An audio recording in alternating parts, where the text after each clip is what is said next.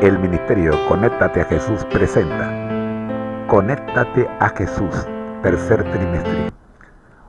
Conectados a Jesús por la Biblia. Una producción de Seminarios TISU y Ministerio Conéctate a Jesús. Conectados a Jesús por la Biblia. Un resumen de los temas más importantes de los devocionales del día. Escuchemos. Libro quinto de Moisés, Deuteronomio. Libro quinto de Moisés, Deuteronomio.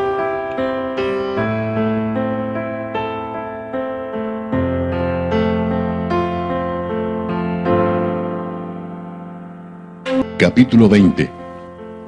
Cuando salgas a la guerra contra tus enemigos, si vieres caballos y carros y un pueblo más grande que tú, no tengas temor de ellos, porque Jehová tu Dios está contigo, el cual te sacó de tierra de Egipto.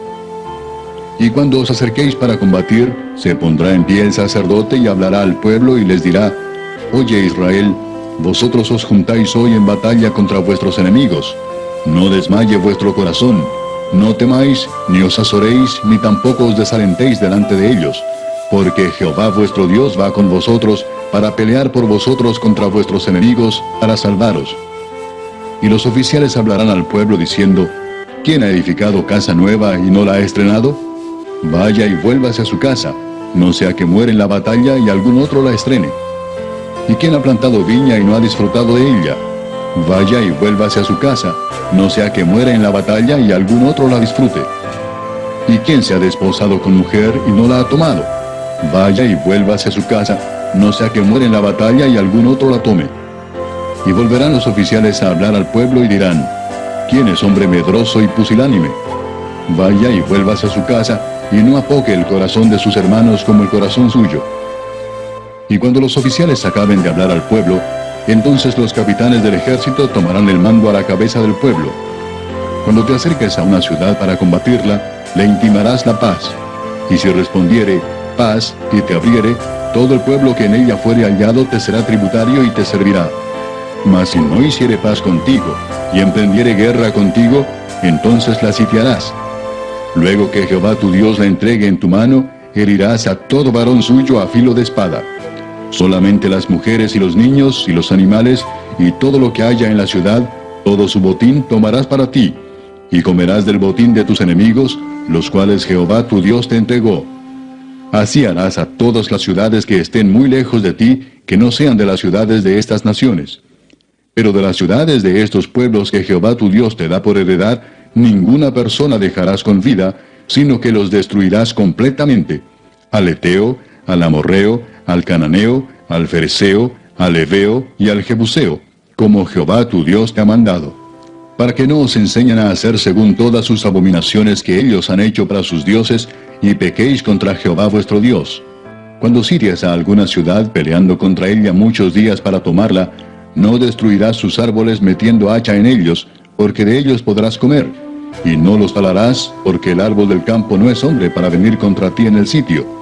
Mas el árbol que sepas que no lleva fruto, podrás destruirlo y talarlo, para construir baluarte contra la ciudad que te hace la guerra, hasta sojuzgarla.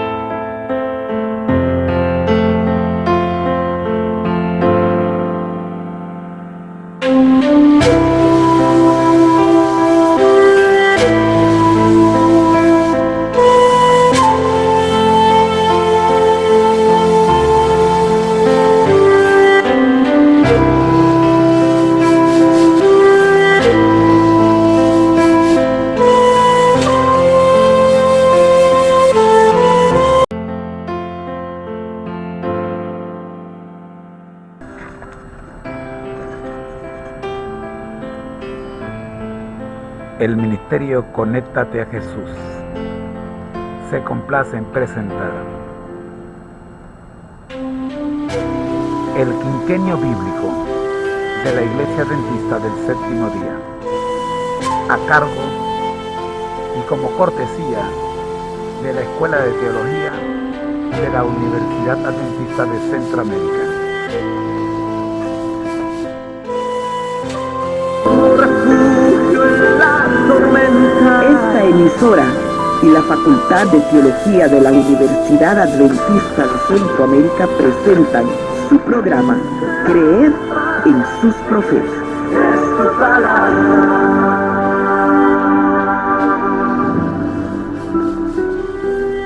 Deuteronomio capítulo número 20. Es necesario recordar que Israel era un estado teocrático, dirigido en forma directa por Dios como su rey. Por lo tanto, Dios les dio instrucciones específicas sobre la guerra y las estrategias que debían utilizar. Uno no debía tener temor por el número del ejército contrario, ni por su sofisticada maquinaria de guerra. 2. El sacerdote asignado para la arenga les recordaba que no debían tener temor porque Dios pelearía por ellos. 3. Los oficiales hacían 2 proclamas. Los recién casados, los que recién estaban por estrenar una cosa o disfrutar de una viña, debían volver a sus hogares. Además, los que tenían temor a la guerra o a la muerte, debían abandonar la fila del ejército para no menoscabar el espíritu de guerra. La invitación de hoy es a no tener temor a los desafíos ni enemigos, porque Dios está a nuestro lado. Una vez que el ejército se encontraba frente al enemigo, se les arengaba diciendo: «Oye, Israel, vosotros os juntáis hoy en batalla contra vuestros enemigos. No desmaye vuestro corazón, no temáis, ni os azoréis, ni tampoco os desalentéis delante de ellos, porque Jehová vuestro Dios va con vosotros para pelear por vosotros contra vuestros enemigos, para salvaros». Versículos 3 y 4. La cita selecta de hoy se encuentra en el libro Nuestra elevada vocación, página 27. Estaréis a salvo únicamente mientras confiéis en Dios. Tenemos un enemigo vigilante a quien combatir. Cristo vio que no era posible para el hombre vencer al poderoso enemigo mediante su propia fortaleza, y por lo tanto vino en persona desde las cortes del cielo y soportó en bien del hombre las pruebas que Adán no había logrado soportar.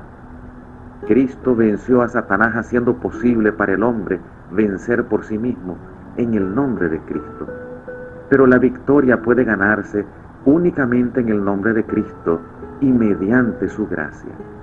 Cuando estéis cargados, oprimidos por la tentación, cuando los sentimientos y los deseos del corazón natural estén clamando por la victoria, la oración sincera, ferviente e importuna en el nombre de Cristo trae a Jesús a vuestro lado como un ayudador, y mediante su nombre obtenéis la victoria, y Satanás es vencido.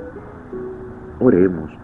Dios nuestro, te damos gracias porque nos das valor y fortaleza para enfrentar las pruebas y desafíos de la vida. Te agradecemos porque peleas nuestras batallas. En Jesús. Amén. Te invito a leer el día de mañana Deuteronomio capítulo número 21. Hemos presentado su programa Creed en los Profetas. Escrito por el Dr. Franz Ríos, en la voz del ingeniero Dodani Castillo. Les esperamos el día de mañana a la misma hora. Para más información, visite nuestra página en internet teología.unadeca.ac.cr. Creed en los Profetas. Lámpara a mis pies es tu palabra.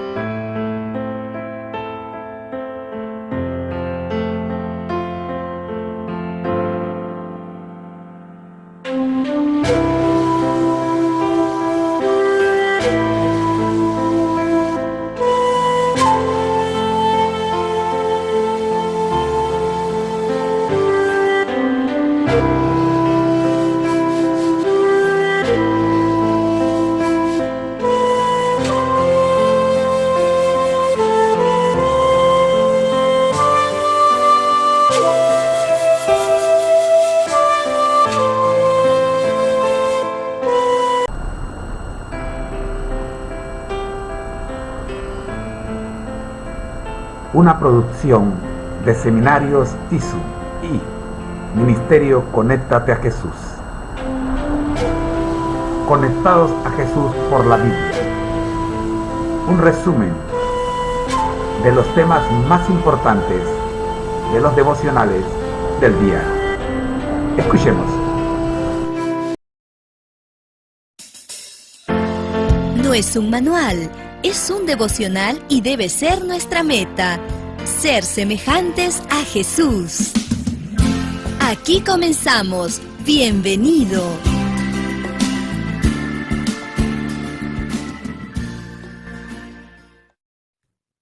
Bienvenidos, todos queremos ser semejantes a Jesús. Bienvenidos a estas hermosas reflexiones. Queremos invitarlos a ingresar a www.devocionmatutina.com. Hoy es 5 de julio. Dios no está contento con el desorden del mal gusto. Éxodo capítulo 19 versículos 10 y 17. Y Jehová dijo a Moisés: Ve al pueblo y santifícalos hoy y mañana, y laven sus vestidos. Y Moisés sacó del campamento al pueblo para recibir a Dios. Algunos piensan que para efectuar esa separación del mundo que la palabra de Dios requiere, deben descuidar su manera de vestir. Hay una clase de hermanas que piensa que está practicando el principio de no conformidad con el mundo, al vestirse el día sábado con el mismo traje que llevan durante la semana, para estar en la asamblea de los santos y participar en el culto a Dios.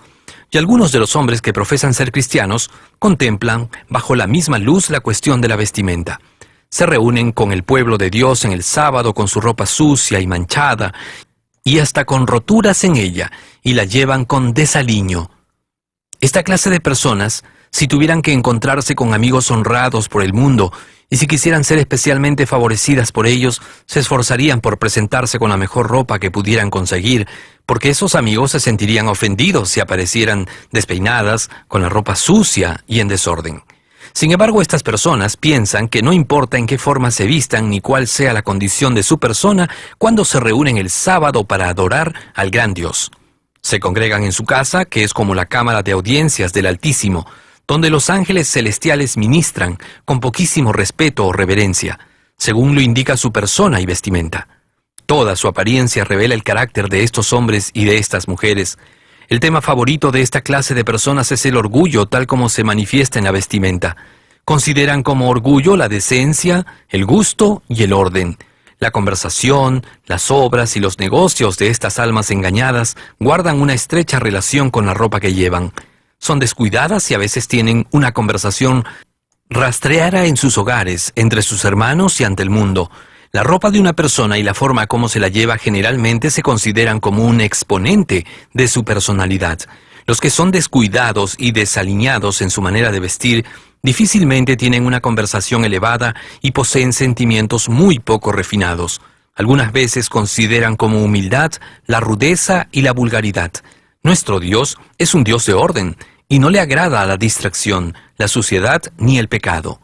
Mensajes selectos, tomo 2, páginas 540 y 541. Ser semejantes a Jesús, un libro de Elena G. de White.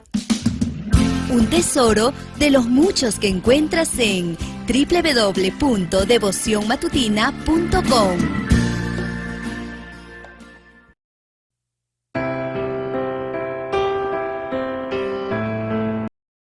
La historia de la redención. Capítulo 46. Los primeros reformadores. En medio de las penumbras que cubrieron la tierra durante el largo período de supremacía papal, la luz de la verdad no fue totalmente extinguida. En todas las edades hubo testigos de Dios, hombres que albergaron fe en Cristo como el único mediador entre el Señor y los hombres, que se aferraron a la Biblia como la única norma de vida y que santificaron el sábado. ¿Cuánto debe el mundo a esos hombres? La posteridad jamás lo sabrá. Se los calificó de herejes, se tergiversaron sus motivos, se falseó su carácter, sus escritos fueron prohibidos, malinterpretados o mutilados. Sin embargo, ellos se mantuvieron firmes y a través de las edades conservaron su fe y su pureza, como una herencia sagrada para las generaciones venideras. Tan terrible fue la guerra lanzada contra la Biblia, que hubo ocasiones cuando existían muy pocos ejemplares de ella, pero Dios no permitió que su palabra fuera totalmente destruida. Sus verdades no debían permanecer ocultas para siempre. Con la misma facilidad con que podía abrir las puertas de la prisión y descorrer los cerrojos de hierro para que sus siervos salieran libres, el Señor podía liberar también las palabras de vida.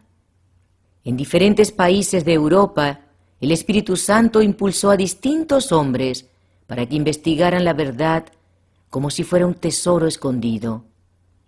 Guiados providencialmente hacia las Sagradas Escrituras, estudiaron sus santas páginas con profundo interés. Estaban dispuestos a aceptar la verdad, no importaba cuánto les costara. Aunque no percibían con claridad todas las cosas, pudieron descubrir numerosas verdades sepultadas desde hacía mucho tiempo. Como mensajeros enviados por el cielo, salieron para quebrantar las cadenas del error y la superstición e invitar a los que por largo tiempo habían sido esclavizados con el fin de que se levantaran y aprovecharan su libertad. Había llegado el momento cuando las Escrituras deberían ser traducidas y dadas a la gente de los diferentes países en sus propios idiomas nativos. La medianoche del mundo había pasado. Las horas de tinieblas estaban terminando y en muchos países aparecieron las señales de un nuevo amanecer. La estrella matutina de la Reforma. En el siglo XIV surgió en Inglaterra la estrella matutina de la Reforma, John Wycliffe. Fue el heraldo de la Reforma, no sólo para Inglaterra, sino para toda la cristiandad. Fue el precursor de los puritanos. Su época constituyó un oasis en medio del desierto. El Señor consideró apropiado confiar la obra de reforma a alguien cuya capacidad intelectual le daría carácter y dignidad a sus labores. Así se silenció el menosprecio y se impidió que los adversarios de la verdad trataran de desacreditar su causa, ridiculizando la ignorancia de su abogado. Cuando Wycliffe llegó a dominar todo lo que se enseñaba en las escuelas, se dedicó al estudio de las Escrituras. En ellas encontró lo que antes había buscado en vano. Vio allí una revelación del plan de salvación y a Cristo como el único abogado del hombre. Descubrió que Roma había abandonado el sendero señalado por la Biblia para seguir las tradiciones humanas. Se entregó a sí mismo al servicio de Cristo y se decidió a proclamar las verdades que había descubierto. La mayor obra de su vida fue la traducción de las Escrituras al inglés. Esa fue la primera traducción completa de la Biblia a ese idioma que se haya hecho jamás. Como todavía el arte de imprimir era desconocido, solo mediante una labor lenta y cansadora se podían conseguir ejemplares adicionales de la obra. Pero eso fue lo que se hizo, y la gente de Inglaterra recibió la Biblia en su propio idioma.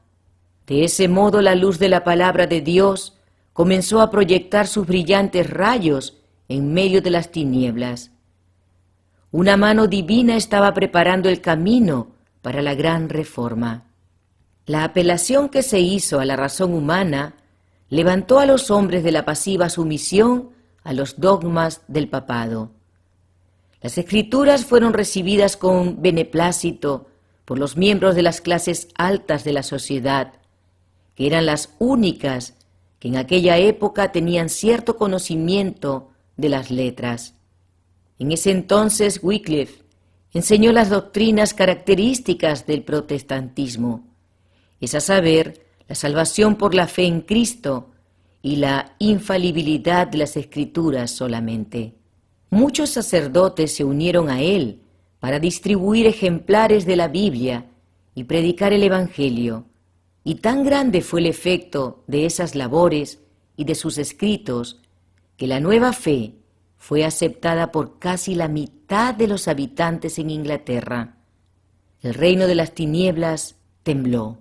Los esfuerzos de sus enemigos para detener sus labores y destruir su vida fueron en ambos casos fracasos completos. Y al cumplir 61 años, falleció en paz mientras servía junto al altar. La Reforma se difunde. Gracias a los escritos de Wycliffe, Juan Hus de Bohemia se sintió inducido a renunciar a muchos de los errores del catolicismo y a dedicarse a la obra de la Reforma. Como Wycliffe, Hus era un noble cristiano, un hombre de cultura y de devoción inquebrantable a la verdad.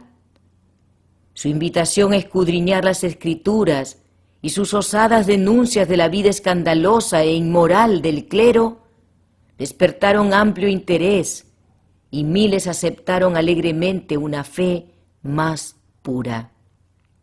Eso excitó la ira del papado, los prelados, los sacerdotes y los monjes, y se intimó a Hus a comparecer ante el concilio de Constanza para defenderse de la acusación de herejía. El emperador alemán le concedió un salvoconducto, y al llegar a Constanza el Papa personalmente le aseguró que no se cometería ninguna injusticia con él. Después de un largo juicio, durante el cual se aferró a la verdad, se requirió de Hus que eligiera entre abandonar sus doctrinas o ser condenado a muerte. Aceptó el destino de los mártires y después de ver cómo se entregaban sus libros a las llamas, él mismo fue quemado en la hoguera. Presencia de los dignatarios de la Iglesia y el Estado reunidos en esa ocasión, el siervo de Dios elevó una solemne y fiel protesta contra las corrupciones de la jerarquía papal. Su ejecución, en vergonzosa violación de las más solemnes y públicas promesas de protección, pusieron en evidencia ante todo el mundo la pérfida crueldad de Roma. Los enemigos de la verdad, aunque sin saberlo, estaban fomentando la causa que vanamente procuraban destruir.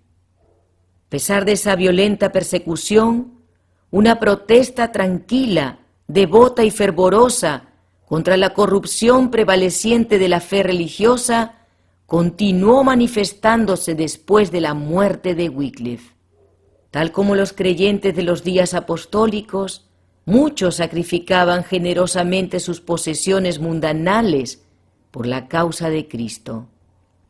Se hacían enérgicos esfuerzos para fortalecer y extender el poder papal, pero mientras los papas seguían pretendiendo que eran los representantes de Cristo, sus vidas eran tan corrompidas que disgustaban a la gente. Mediante la ayuda del invento de la imprenta, las escrituras circularon con mayor amplitud, y muchos fueron inducidos a ver que las doctrinas del papado no tenían apoyo en la palabra de Dios. Cuando un testigo se veía obligado a deponer la antorcha de la verdad, otro la tomaba de su mano y con valor indomable la mantenía en alto. La batalla que comenzaba daría como resultado la emancipación, no sólo de individuos e iglesias, sino de naciones también. A través del abismo constituido por centenares de años, los hombres extendieron las manos para aferrarse de la de los lollardos de la época de Wycliffe. Con Lutero comenzó la Reforma en Alemania, Calvino predicó el Evangelio en Francia, Zwinglio lo hizo en Suiza.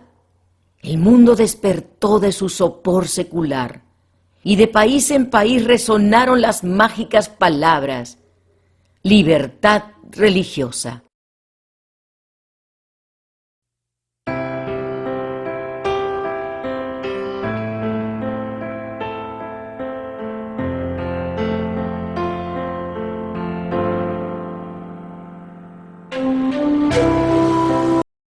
La historia de la redención.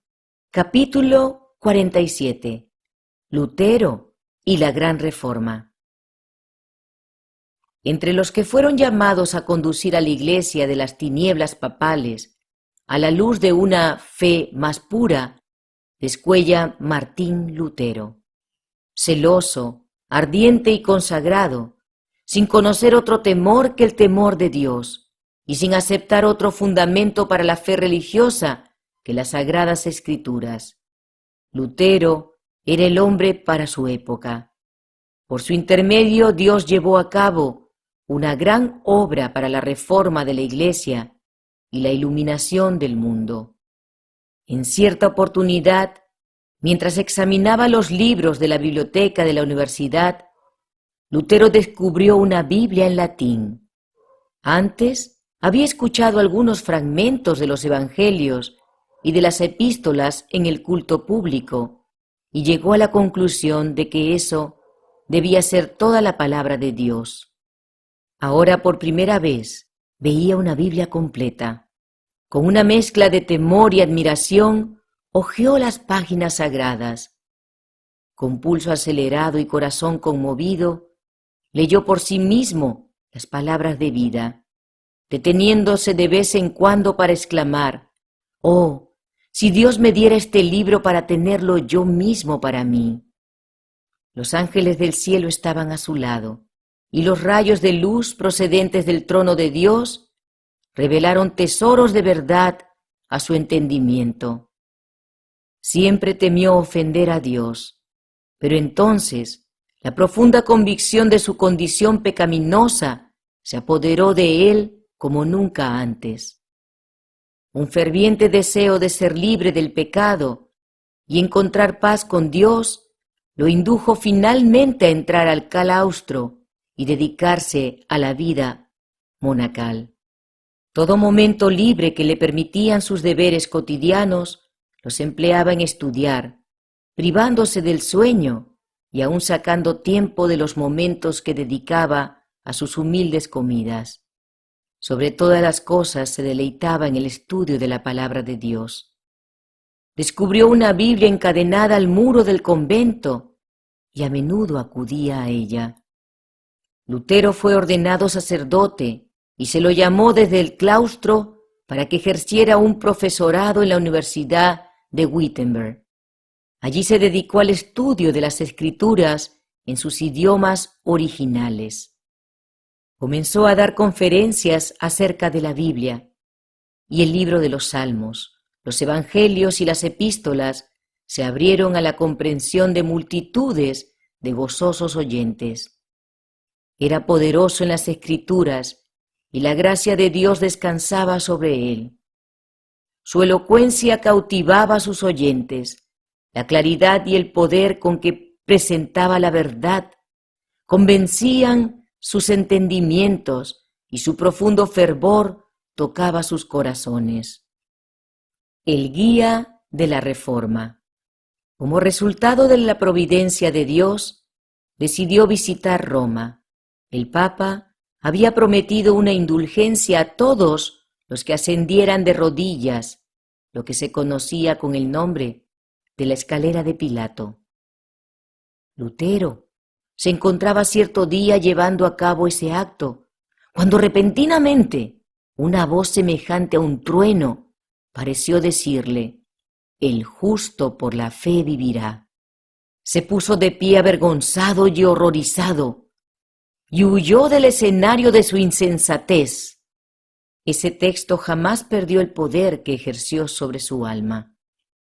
De allí en adelante comprendió con mayor claridad que nunca el error de confiar en obras humanas para obtener la salvación y la necesidad de ejercer fe constante en los méritos de Cristo. Sus ojos se abrieron para no cerrarse nunca más a los errores del papado.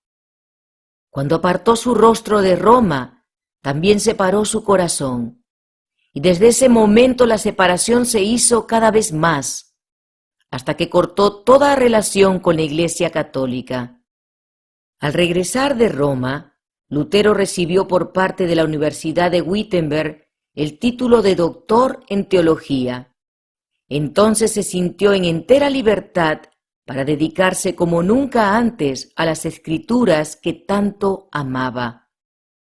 Había formulado solemnemente el voto de estudiar con cuidado la palabra de Dios y de predicarla con fidelidad todos los días de su vida, y no los dichos y las doctrinas de los papas.